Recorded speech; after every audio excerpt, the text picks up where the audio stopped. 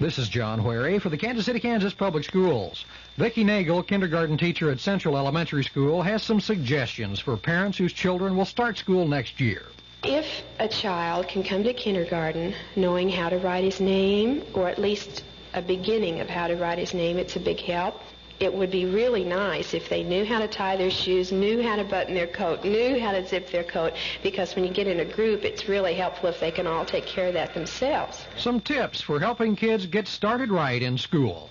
Listen again when WDAF and your Kansas City, Kansas Public Schools present another School Note. WDAF, Kansas City.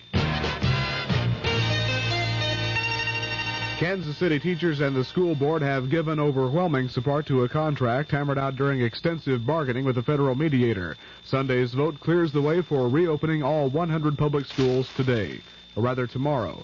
This is WDAF Kansas City. It's 11 o'clock. News of the hour on the hour from American Information Radio.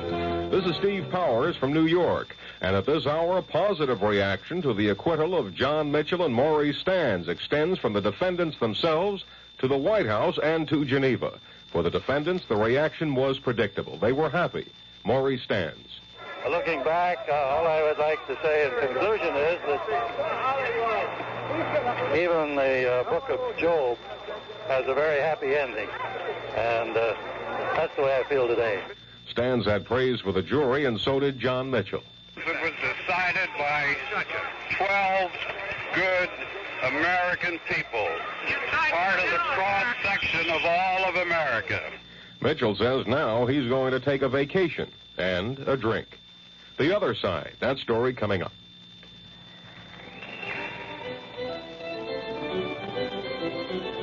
You may live with it for 1,000 years, and there is still challenge. And you see, the young people are searching for the answers to life. Organist Virgil Fox for music in our schools. I don't think there's any way possible to have children have music too early. I think that music in the lives of the young is probably as important as the breath in their lungs or the blood in their veins. The child who is permitted to brush with music, to cope with it, to dance to it, to feel it, to express it, to make it, is a child who is always several plateaus higher. There's no doubt that beautiful music brings out the finest, and the more we have of it, the better everything else is. Help to bring out the finest in all our children. Support music in your schools. A message from the Music Educators National Conference. The chief prosecutor, John Wing, said he felt rotten after the jury found Mitchell and Stans innocent of all counts in the Vesco affair. I'm disappointed in the verdict, and there's nothing else I really can say. Are you satisfied with the government's case as you presented it and your fellow prosecutors, sir? Absolutely. One of the jurors agreed that Wing did present his case well. Andrew Choa tells ABC News. An extremely skillful, brilliant job. But the jury came to the conclusion that their presentation of the case did not allow them to arrive at a verdict that was otherwise than the one that was given. And Choa says the credibility of John Dean as a witness against Mitchell and Stans was not the deciding factor. What about Dean's credibility? Here's ABC's Vic Ratner in Washington. Lawyers at the special prosecutor's office here were disappointed but not disheartened at the verdict in New York. They feel that the Vesco case had little connection with their major Watergate cases. They feel John Dean's testimony played only a small part of the Vesco trial. He'll play a much bigger role in future Watergate trials. The Vesco case wasn't even the special prosecutor's baby, having originated in the U.S. Attorney's Office in New York and being handled there all along. Vic Ratner, ABC News, Washington. ABC's Jerry Landay reports that President Nixon is being described as pleased about the not guilty verdict for Mitchell and Stans and their families. We asked ABC's Ted Koppel, who's traveling with Secretary of State Henry Kissinger in Geneva, if the verdict will have an effect on Kissinger's current negotiations. Some of the president's critics in Congress have been suggesting for several weeks now that the United States might be forced to make negotiating concessions simply because the president is in a weakened position at home.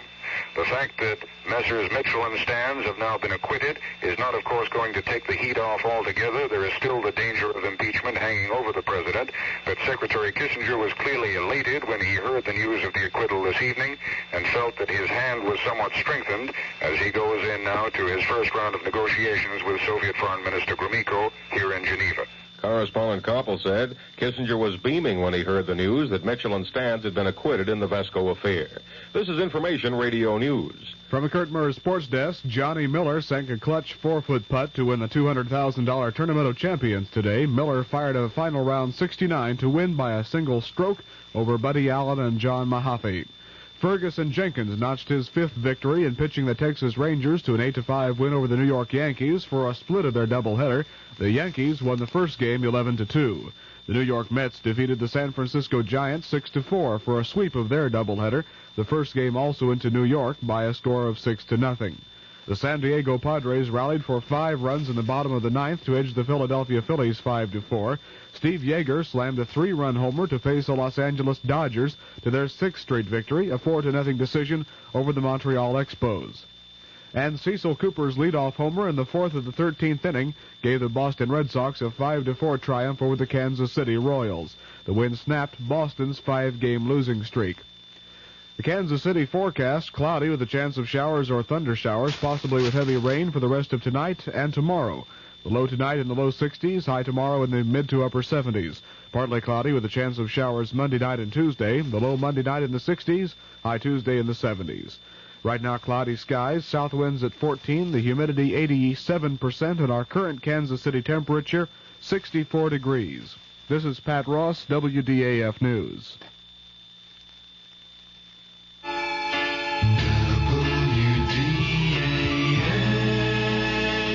The CBS Radio Mystery Theater presents...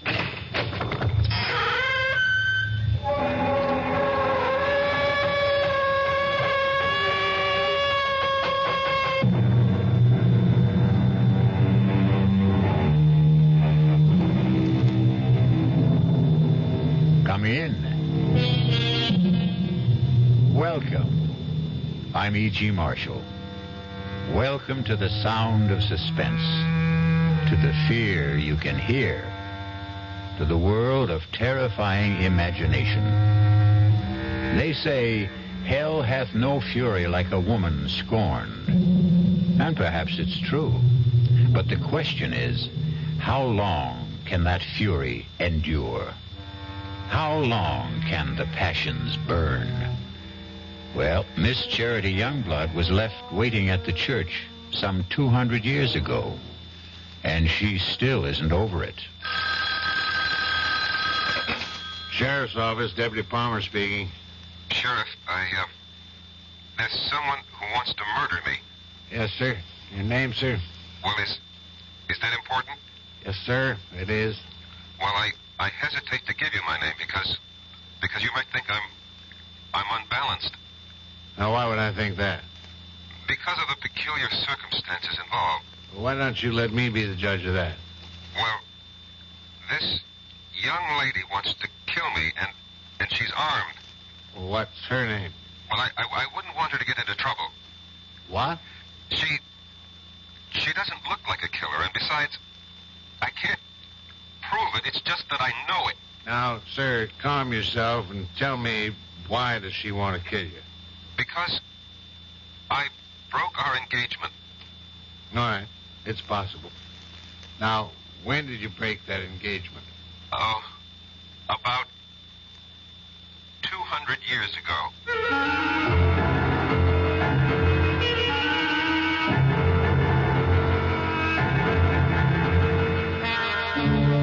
Our mystery drama, A Dream of Death, was written especially for the Mystery Theater by Sam Dan and stars Michael Tolan. It is sponsored in part by new sugar-free Diet 7-Up and by the Kellogg Company, makers of Kellogg's Special K cereal. I'll be back shortly with Act One. Hello.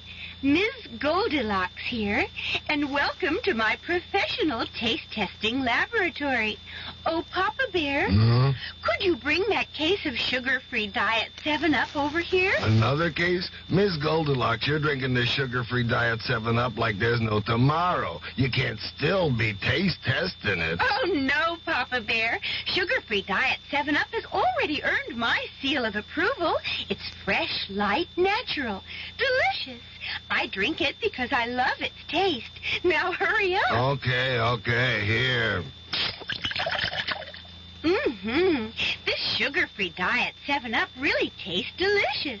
Ladies, if you're tired of switching from one diet drink to another, take some advice from Ms. Goldilocks. Try sugar-free Diet 7-Up and you'll say, yes, this one's just right. I'll bear witness to that, Goldie.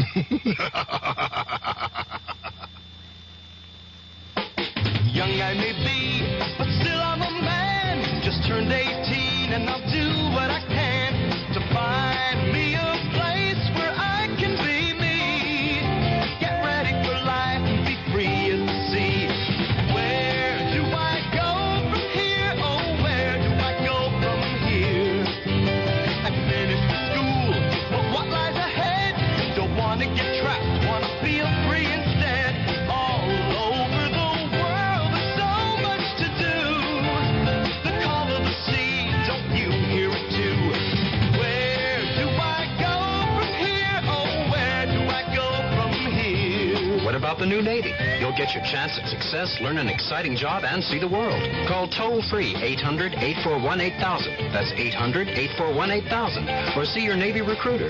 Be someone special in the new Navy. I know where I'm going from here.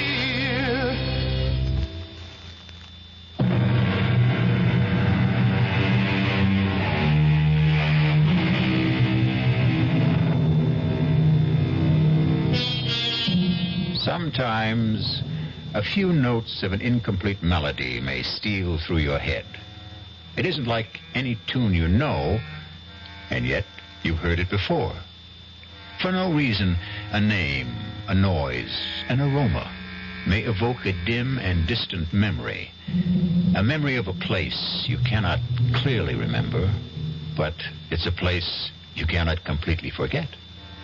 A great poet said, "Life is a dream, and even dreams are dreams." Perhaps. But sooner or later, there must be an awakening for every dream. And for Rexford Patterson, there was the rudest awakening of all. Hey, Patterson, wake up. Your lawyer's here. Huh? What? Your lawyer's here. Lawyer? Why? What do I want a lawyer for? Where am I? You're in a jailhouse. Jailhouse? How did I get... I demand to see a lawyer. Mister, no sooner said than done. He's all yours, Counselor. All right, Sheriff, if you would leave us. Bang on the door when you want out, Counselor. Who are you?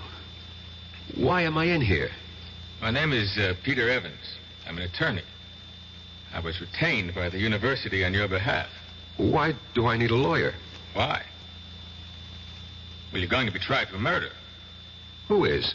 You are. But that's impossible. You don't remember? Murder? Murder. No. Well, according to the sheriff, you were found unconscious on the floor of your study and she'd been shot. Who? Your fiancée. Charity? I killed Charity? No. Madeline Betty, your fiancée, Madeline Betty Powers. Who's Charity? Charity Youngblood. She was my fiancée. You had two of them? Look, we know you were engaged to Madeline Betty Powers. Now you say you were also engaged to a Miss Charity Youngblood? Yes. Well, what happened to that engagement? I broke it. Was the parting amicable? No. How did Miss Youngblood take it? She was hurt, angry. She was violent. What do you mean, violent? She swore she would make me regret it. She swore she would have her revenge. Can you prove any of this? Oh, yes. How? I have it in writing. Well, now, this may throw a new light on the case. When did you break your engagement to Miss Youngblood? When? About 200 years ago. Good. See, if we can produce written evidence... When did you say you broke this engagement? I was killed at the Battle of Monmouth in 78. And 3 years before that would be, the early spring of 1775. Allow me to suggest the only plea that will save you. Insanity. No, I will insist that we plead the truth. Well, what is the truth? Self-defense. I killed Charity Youngblood in self-defense. All right. Look. Now, you may have killed Miss Youngblood in self-defense 200 years ago, but it's over. It's gone. It's done with. Nobody wants you for that. You're going to be tried for the murder of Madeline Betty Powers. Exactly. Charity Youngblood is Madeline Betty Powers. Professor Patterson. You're my attorney. I have to tell you the truth. But I can't believe it. But I can prove it. Look, go to my apartment. In the middle drawer of my desk, there's a book. An old book, an old leather notebook. Bring it here. You'll see. You'll see for yourself. Proof.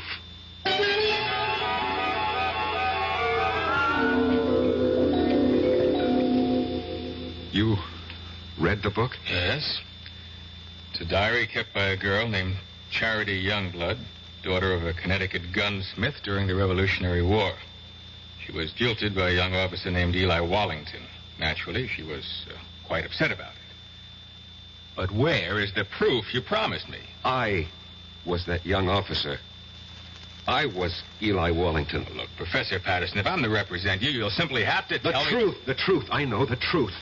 But I tell you the truth, and you refuse to believe me. It's impossible to believe you. Impossible. That's the key word. Well, today's commonplace was yesterday's impossibility. People said it was impossible to transplant a heart, impossible to walk on the moon. You're talking about reincarnation. Last summer, I stopped at an antique shop in central Connecticut. Heaped high on a counter was a pile of old pictures, letters, books. I picked up that little notebook, the one you're now holding. I read that name, that hand-lettered name, Charity Youngblood. And suddenly I felt as if I'd been stabbed through the heart. I knew that name. I knew that name. Please, Professor Patterson. No, don't tell me to be calm. Don't humor me. Just listen to me. I knew that name. I knew the girl. I knew the time. I knew the place. Here, turn to the page where she describes how he proposed to her. Just don't see how Just all of... do it.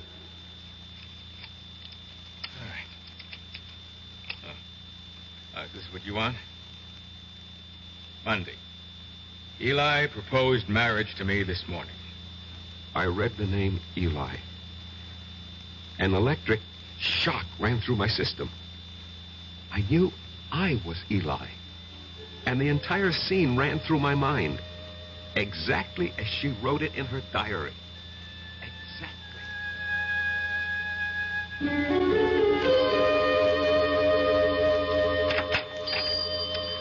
Good morning, Charity. Oh, it's the high and mighty Lieutenant Eli Wallington. Come to see my father?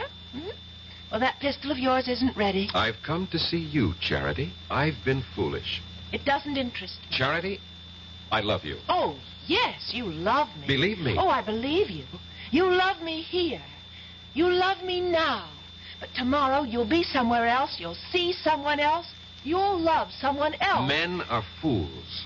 We don't realize at first how important it is to have a woman who really loves us. And you love me. Please go. Marry me, Charity. Eli? We'll have the banns on Sunday and marry the week after. Now, come, close the shop. We'll go riding this morning. But I promised Father... Let's be together this morning. Come with me. Oh, Eli, you're a scoundrel. Yes, Charity. But I'm your scoundrel. You must never forget that, Eli. Never forget that.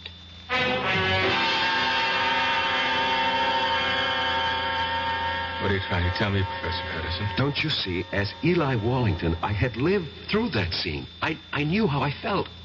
I loved her. How do you know you were Eli Wallington? How do we know you're Peter Evans? You just know, that's all. None of this is proof in a court of law. You can read in her diary. Here, Sunday. This morning, the banns were read in the church. But Eli never married her. Do you know why? Because Charity was right. The very next week, Eli was somewhere else. He saw someone else. He loved someone else. He never saw Charity again. And 3 years later, he was dead at Monmouth. Turn to Charity's diary. See what she wrote when she heard the news of Eli's death. Here's the evidence you need to defend me in court. Read it. All right. Now, Friday. This morning, the Reverend Fallowfield came into the shop with news.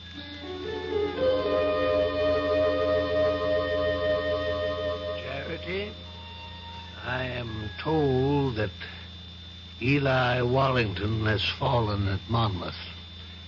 I thought you might wish to know. Thank you, Reverend. He died bravely for his country, and I hope you can find it in your heart to forgive him. I will not forgive him. Charity. On that Sunday, that awful Sunday, I swore I'd kill him. But the boy is already dead. He'll live again. I'll live again. I'll find him and kill him.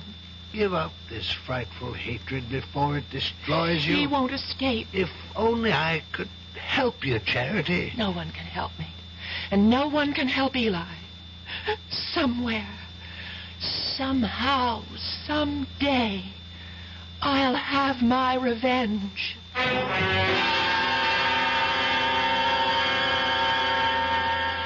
And when I picked up that diary in the antique shop, Mr. Evans, I was almost frozen with terror. I knew I had come back. Why shouldn't she? But you know something? After a while, I began to laugh at myself. Why? Well, for the same reason you're probably laughing at me. After all, we live in the modern, rational 20th century. Every night, I'd sit alone at home and wait for Charity to come and kill me. And nothing happened. She didn't show up. No. And you can't maintain an emotional pitch forever. And so soon, I stopped thinking about it. And then one afternoon, I was sitting in my study. Come in, it's not locked. Good afternoon, Professor Patterson. Yes. Let me see, you're Miss... Powers. Madeline Betty Powers. I'm scheduled for a conference at exactly 1500 hours. 1500 hours? 3 p.m. We use this terminology at the engineering school. Oh, I see. You're an engineering major, Miss Powers? Have you any objections? Oh, no, certainly not. Professor, I require 3 credits in the humanities for my degree. I chose your American history course. I am flattered. It was the only one open. You shouldn't have said that. Oh, I have no interest in the dead past, only in the dynamic present. How can I survive your course? First, show up for class, occasionally.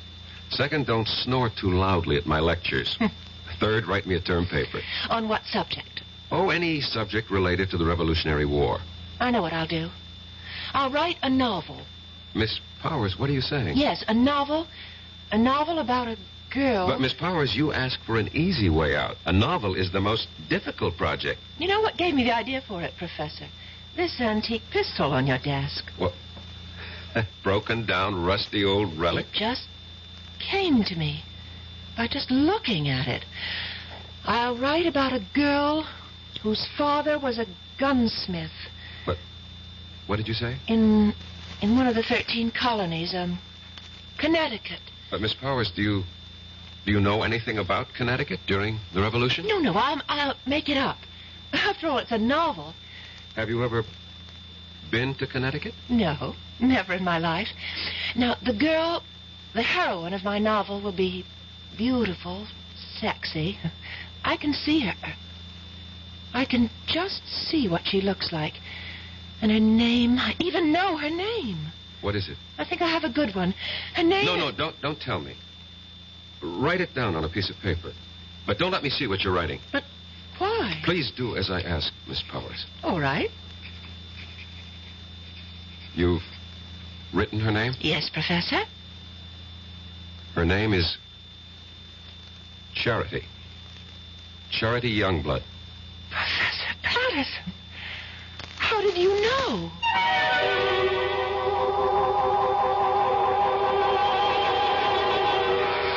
How does he know? Funny how these things work out, no? You can never tell who you'll come back as. Devil-may-care adventurer.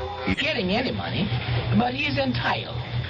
Well, what's wrong with writing a letter saying that under the law, this man is entitled to receive $220 a month for attending school on a full-time basis? Believe it or not, he can take that letter with the little job, take it to the real estate people, and because he has an additional income of $220, although he isn't receiving it, it makes his chances of getting that apartment much better. And this is what I mean about the little things. Going beyond the duty every once in a while. Just go a little bit out of your way to help someone. That's my philosophy. To me, these are little things, but big things to that person. A big thing to that person. At VA, we try a little harder to help.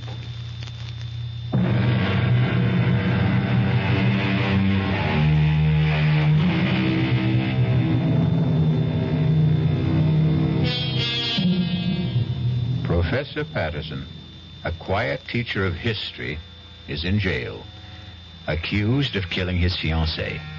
He doesn't deny it.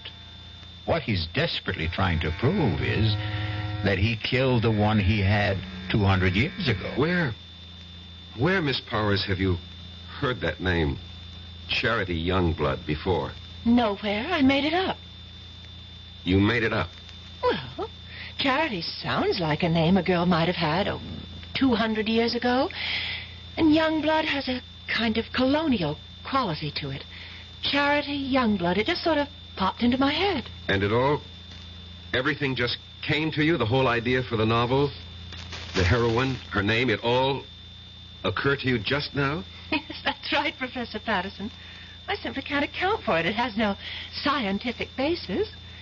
But suddenly, I have feelings that I've never experienced before. What sort of feelings? I can't describe them. Vague ideas, hazy pictures. Of what?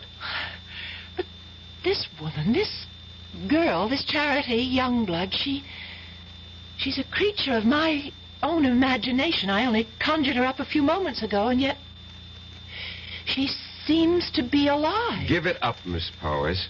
You know, sometimes when you write fiction, the character takes over, and unless you're a skilled professional author, this can be dangerous.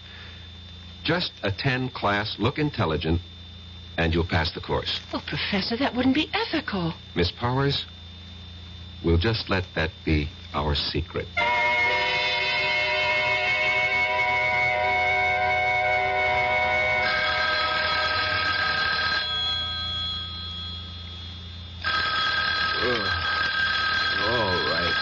All right. Hello.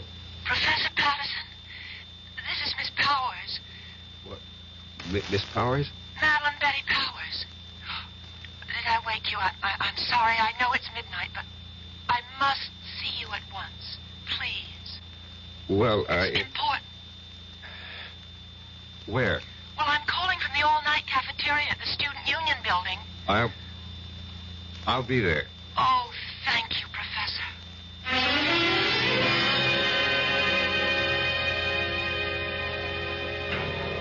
I had to see you.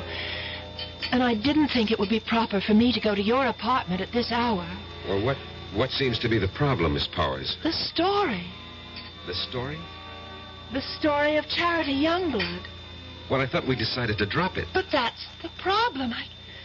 I can't seem to get it out of my mind. Well, I'm sure you... It's taken over.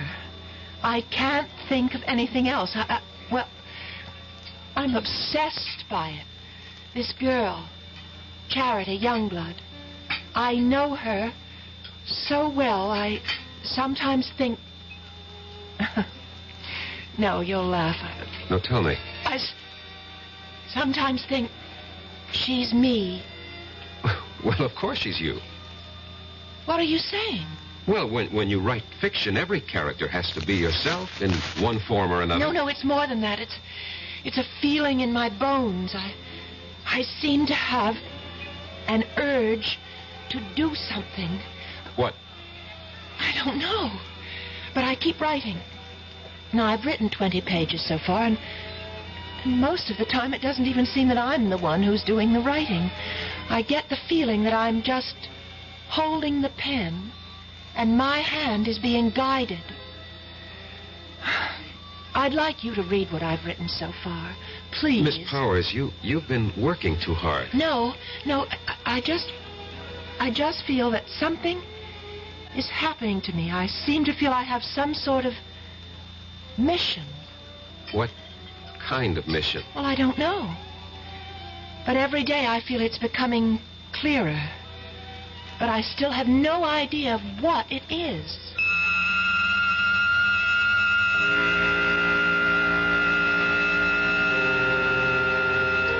And every day, Mr. Evans, she would hand me a chapter of her novel. And that novel will win me acquittal in court. Why? Because each chapter is word for word a day in Charity Youngblood's original diary. In Madeline Betty's own handwriting. Where's that novel now? In my desk. I did everything I could to get her to stop writing, hoping that somehow I could get her mind off it. But of course that was useless. After all, if she really was Charity Youngblood, and there was no doubt in my mind about it, nothing would stop her from finding it out. And every day she was getting closer. Not just to Charity, but to me.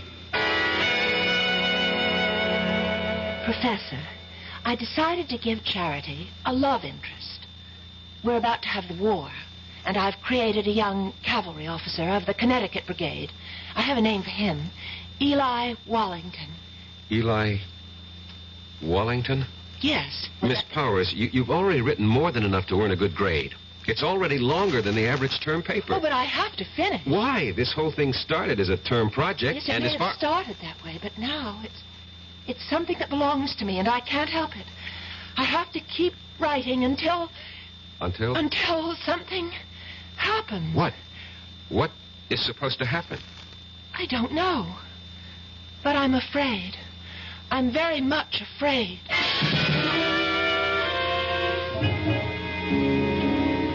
I was afraid too, Mr. Evans. Afraid that at any time she would suddenly realize that she wanted to kill me. But surely you realize... what? You mean I had nothing to be afraid of? Suppose someone's determined to kill you, and you know it. You tell me. You know what I think? Although it's academic now. I think you should have gone to a psychiatrist. I did. I went to the top. I went to the head of the Department of Psychiatry at the University Hospital.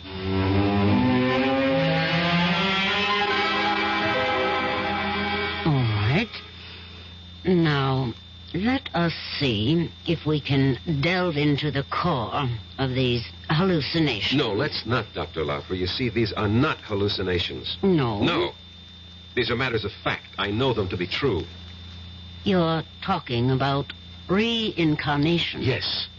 And you obviously don't believe in it. That's hardly the point. It may exist, for all I know. However, if it does, then we have no way of knowing who we were in a past lifetime. Perhaps we had no way of knowing.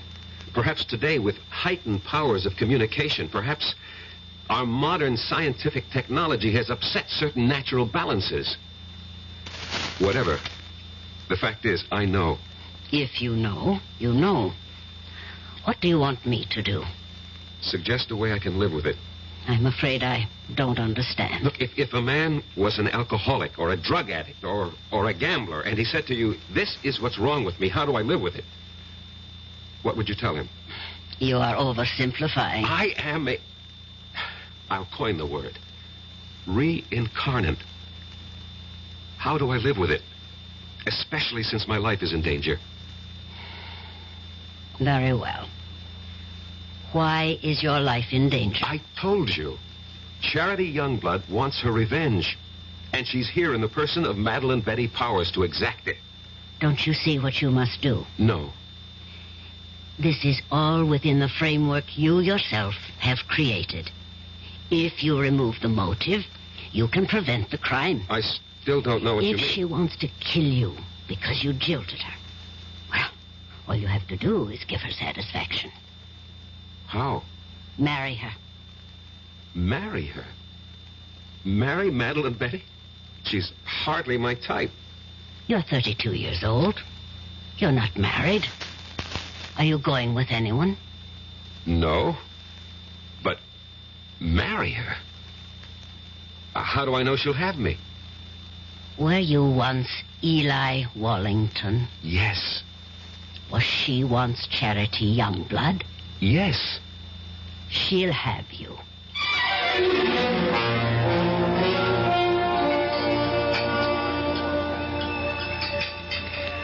Oh, Professor Patterson, you really didn't have to take me to dinner. Well, our conference ran late. We have to eat. Well, I mean, to a place like this. Well, this is a very nice place.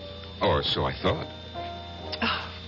Would you care to dance? Oh, no, thank you. I dance rather poorly. Oh, I can't believe that. Why can't you believe it? Because you're so charming. I don't think so. At least no one ever told me that. But I think so. Do you? Why? Well, it's a subjective thing. I lied to you just now. I said I dance poorly. The truth is, I don't dance at all. Now, how is that possible?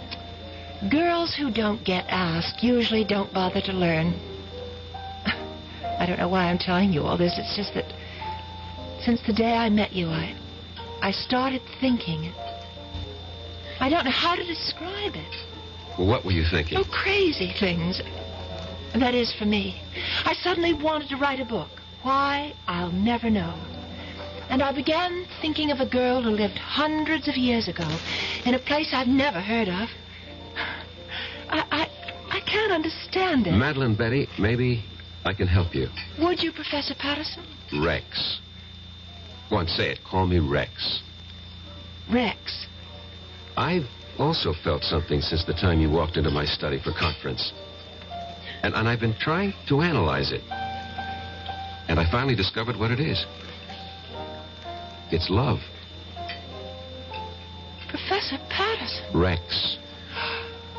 And so I'm asking you, I hope that you will marry me.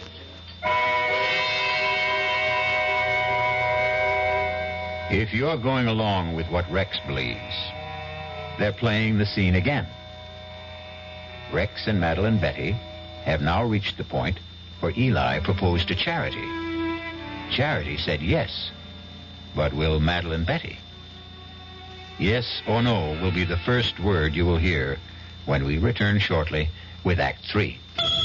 And now, another story of the ball and chain, as Kellogg's Special K presents The Library. Welcome to the public library. May I help you, sir? Yes, I'd like to check out... I'd like to check out Famous Laundromats of the World by Audrey Schnorbart. Sir, excuse me, but isn't that ball and chain you're wearing just like the ones they use in the Kellogg's Special K commercials? This ball and chain? Yes, that one. How are you going to get rid of it? Well, you know, lots of good exercises, and by eating smart at every meal, starting with the Special K breakfast. Don't you have to watch your calories? Yes, and the Special K breakfast is less than 240 calories. Less than 240 calories? Right. A 1-ounce bowl of high-protein Special K, 4 ounces of skim milk, tomato juice, and coffee. It's really tasty, and it's going to help me get rid of this ball and chain. I'd say it's long overdue, get it? Your happy ending could begin with the Special K breakfast from Kellogg's.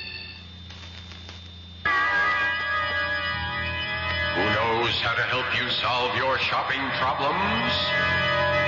Your Better Business Bureau knows. Listen, Lou, this fellow is at the door about the home repair, you know, and he wants me to sign the contract now. What'll I do? You don't have to sign that contract now, madam. You're not Lou. Who are you? I'm the man from the Better Business Bureau with some advice to help you to protect yourself. Read all the documents before you sign and take your time. He'll come back tomorrow. And incidentally, keep a copy of any form you do sign. And be sure you understand what you're signing. Oh, thank you for telling me. No need to thank me, madam. That's what Better Business Bureaus are for, to help protect consumers like you.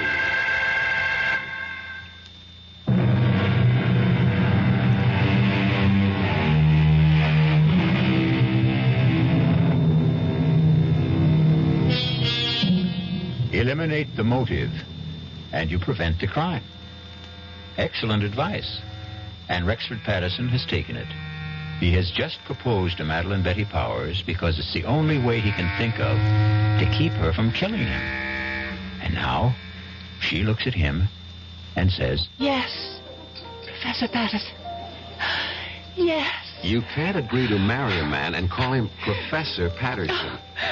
Rex. I know it's sudden, Madeline Betty. We can get married after you graduate. Oh, I'll marry you anytime you say, Rex. I love you. I love you, too. I fell in love with you. Must have been at first sight. Why? Why? Because you're handsome. I was hoping I had other qualities. Oh, you do. You do. But being handsome's part of it. Why did you fall in love with me? Because you're beautiful. Oh. No, you don't believe it. No, well, I feel beautiful. You make me feel beautiful. Oh, Rex. I can't believe this is happening to me. It's happening. It's happening to both of us. And I'll be such a good wife for you. What is it? Oh, my head. What's the matter? Suddenly feels so light, so clear. Well, that's good. And different. Different? Yes, different. How? The book. You know the novel that I'm writing for the course? Yes. All of a sudden, I don't want to write it anymore. Why not? I don't know how it came into my head in the first place. Just as suddenly as it came, it's gone out. Gone out? That girl, Charity? Oh, yes, Charity, the heroine of your book. Yes, that's her name? Yes, I seem to remember. Well, she's gone from my mind, too. I simply can't understand how it happened. Well, why bother? Yes, that's right. Oh, why bother about anything except us? Except you and me.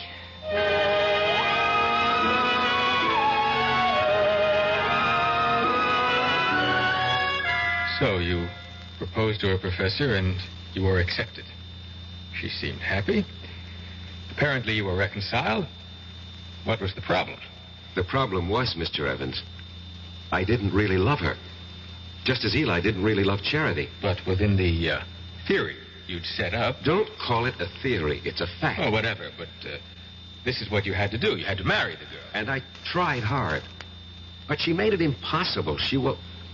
What did she do? Nothing, really. She was just so grateful to me.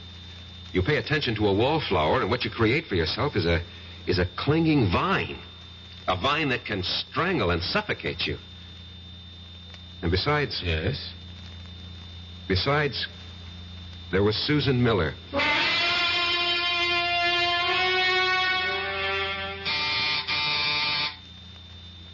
Come in, Madeline Betty.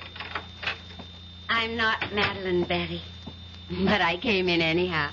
Well, how do you do? Professor Patterson? Yes? I'm Susan Miller, of the English department. You're new here. Oh, I received my teaching appointment last week. Early American Lit. A favorite field of mine. Well, that's the scoop on campus. Anything early American, see Rex Patterson. I just thought we'd chat. Fix you a drink? A soft one. Naturally. Diet, if you have it. I'm watching my weight. Why? I think it's most attractive the way it is. Well, If you think so, I'll keep it that way. Did you know that General Burgoyne wrote a play? Yes, it was called Maid of the Oaks. And it was produced in New York during the Revolution? Yes, and I'll tell you who was in the cast.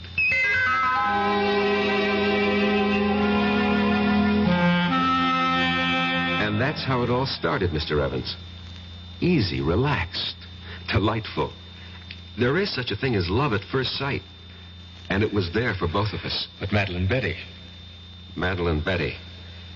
Well, I knew I had to do something about her. Yeah, exactly. So you killed her. No. No, that's not the reason. You wanted to marry Susan Miller. It never reached that point. I mean, we didn't get that far. But the prosecution will know about Susan Miller. No. They don't have to. No one really knew. No one? No one. Except Susan, myself, and Madeline Betty.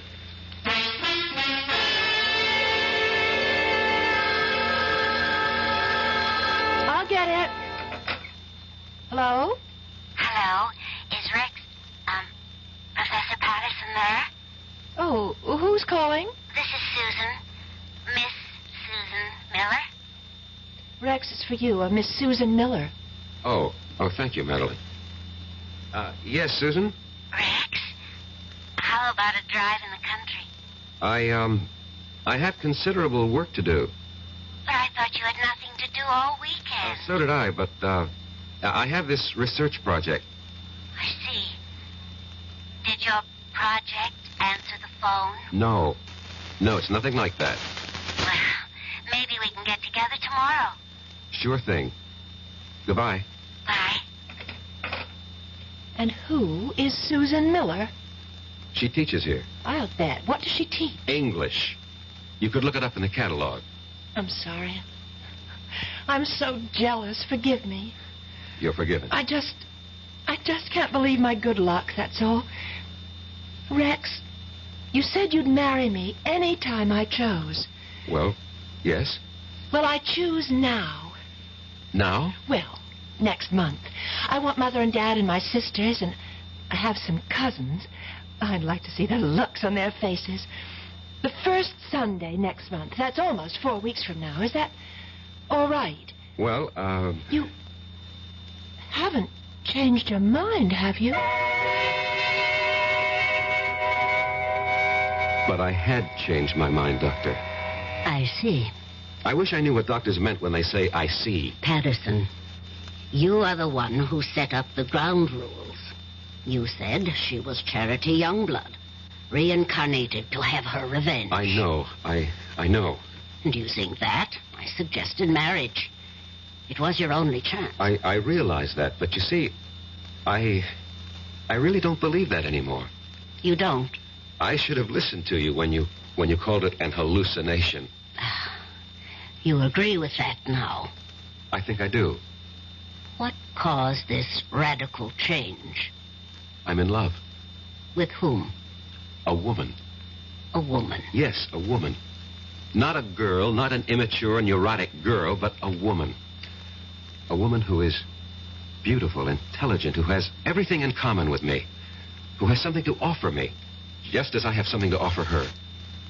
And what of Madeline Betty or Charity Youngblood? Charity Youngblood was an adolescent delusion. You're hardly an adolescent. In many respects, I was. I fell in love with the idea of Charity Youngblood, this voluptuous creature, but... Yes. You grow up when you meet a real woman. As I said before, you're hardly a boy. It takes some of us longer than others. And Madeline Betty, what of her? She'll have to grow up, too. Somehow, all this, it doesn't seem fair to her. Life itself is unfair, Doctor. You make everything seem very neat. Somehow, I don't think you'll be able to unwrap the package as easily as you think. But why? Why? I told you, Madeline Betty. I told But you said you loved me. I thought I did. No. Oh, please, Madeline Betty, don't make this difficult for both of us. Oh, Rex, please. marry me. No, it wouldn't be right. I told everyone, my parents, my sister, my friends. Oh, Rex, what can I tell them now? Would you want us to live a lie? I don't care. Rex, why did you do this to me? These things happen. You loved because I was here. You went somewhere else. You saw someone else. Now you love someone else. What do you say? I don't know what I'm saying. Look, you'll find someone else, too. I'm sorry, Rex. I've been speaking to you like a fool. You want to break our engagement? Only because it would be best for both of us. For whatever reason. I won't stand in your way. Excuse me. Hello? Rex? Could you... She doesn't have to call back. I'm leaving. But before I go, Rex, I'd like to have a memento of us. I'll leave you what I wrote about Charity Youngblood, and, could I have... Anything, Madeline Betty. That... Anything. Pistol, that old broken antique pistol? Well, certainly, of course. Well, goodbye, Eli. What did you say? Nothing. What did you call me? I called you by your name. Goodbye.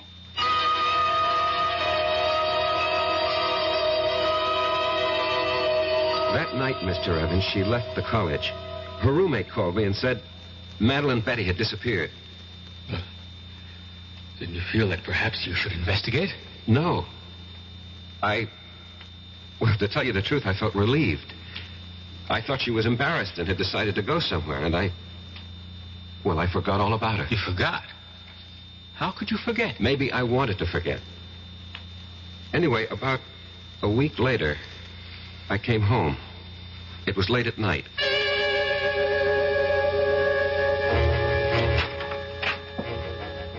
Good evening. What are you doing here? I have a key, remember? Look, what can I do for you? Nothing. Ask me what I can do for you. What? I can kill you. What do you say? Yes. I can kill you very easily. And I'm going to. Madeline Betty, Who are you talking to? My name is Charity. Charity? Yes, Eli. Charity. Remember Charity? No, you're Madeline Betty. It's taken me such a long time to find you, Eli. Such a long time. Listen to me. I'm not Eli. I'm Rex Patterson, and you're not Charity. You're Madeline Betty Powers. Sweet talk, Eli. You always could do it, but it doesn't go with me anymore. Look, Madeline Betty, I'll have to ask you to leave. Oh, I will. After I kill you. No, you can't kill me. I can. With this. What are you talking about? With that rusty old antique pistol? No, not anymore. I brought it home to Father, to Isaiah Youngblood's gun shop, and I said, Father, fix this pistol. And he did, you see, how he cleaned it and oiled it. See how it shines now. Madeline Don't Betty. move any closer, not one step closer.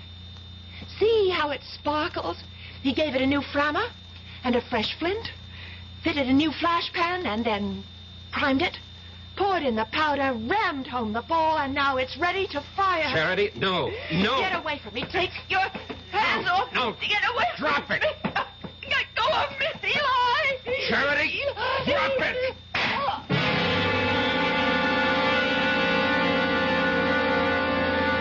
We struggled for the gun, and at the last second, the barrel must have turned toward her, and she pulled the trigger. And that's your defense? That's my defense. You want me to plead that defense? I want you to tell the jury exactly what happened, why it happened, and the way it happened. Show them the written proof. You're sure that's what you want me to do? Yes, I'm sure. I'm sure because it's the truth. Well, I hope the jury buys it. Would you have bought Professor Patterson's story? You would. A pity you weren't on the jury. Because 12 good men and true, actually 6 of them were women, deliberated for a full week and decided that Rex would have to pay the price. Not just the price for Madeline Betty, but also, as it turned out, the price for charity. I'll be back shortly. This is Ray Scott for the President's Council on Physical Fitness and Sports. Sometimes we're accused of exaggerating the importance of a game, along with millions of Americans across the country. Well, maybe so. But one thing is sure. We certainly under-exaggerate the importance of physical fitness and sports among our children. We send our kids to the best schools we can to get the best education they can, and yet we often completely neglect their physical education. Phys ed departments are usually the first to suffer when budgets are cut. That's why we urge you to support the physical education departments in your schools and to make sure your kids are getting the kind of programs and instruction that will do them the most good. Physical fitness can help them develop into healthier adults and help them live up to their full potential. For more information, write the President's Council on Physical Fitness and Sports, Washington, D.C., 20201.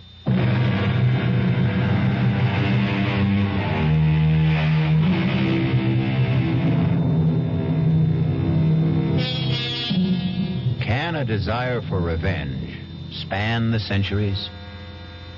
Not a comforting thought, exactly. It's all most of us can do to hew to the straight and narrow during one lifetime.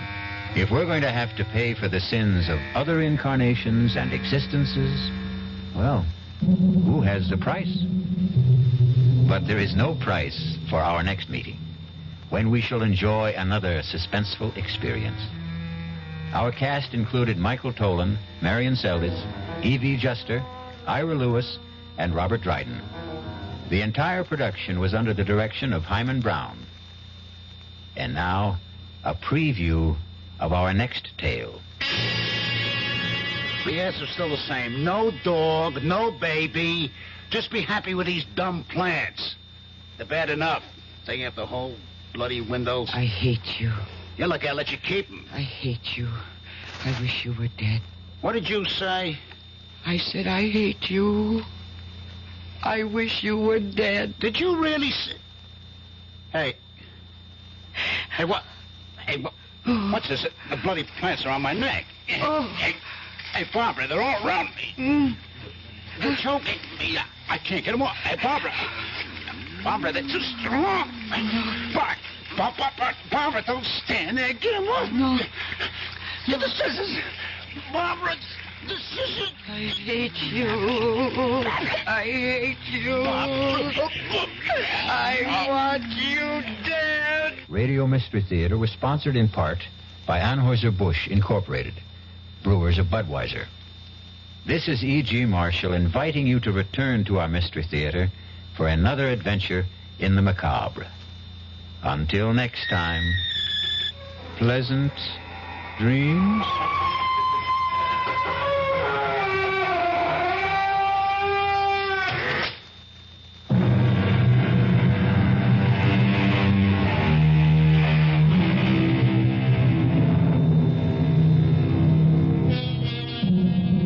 WDAF, Kansas City.